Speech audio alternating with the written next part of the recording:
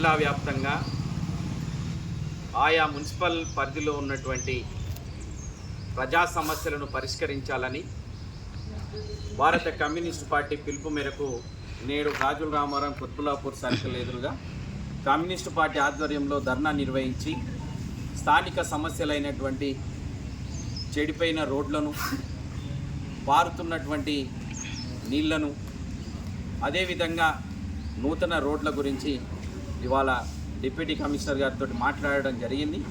అందులో భాగంగా గత సంవత్సరం క్రితం ఏర్పాటు చేసినటువంటి ఆ నాలా పక్కన గుంతలు అలాగే ఉంచి తవ్వడం వల్ల ప్రజలు ఇబ్బంది పడుతున్నారని, అదేవిధంగా జగద్గిరిగుట్ట, శ్రీనివాస్ నగర్, లెనిన్ నగర్, రాజీవ్ గురుగల్పల సంబంధించినటువంటి చెడిపోయిన రోడ్లు, గుంతలు ఏర్పడినటువంటి రోడ్లలో వెంటనే పూడ్చి ప్రజా సమస్యలను పరిష్కరించాలని ఇవాళ వినతిపత్రం ఇవ్వడం జరిగింది. డిప్యూటీ కమిషనర్ గారు కూడా స్పందించి రేపటి నుంచి ఆ సమస్యలను పరిష్కరిస్తామని చెప్పారు.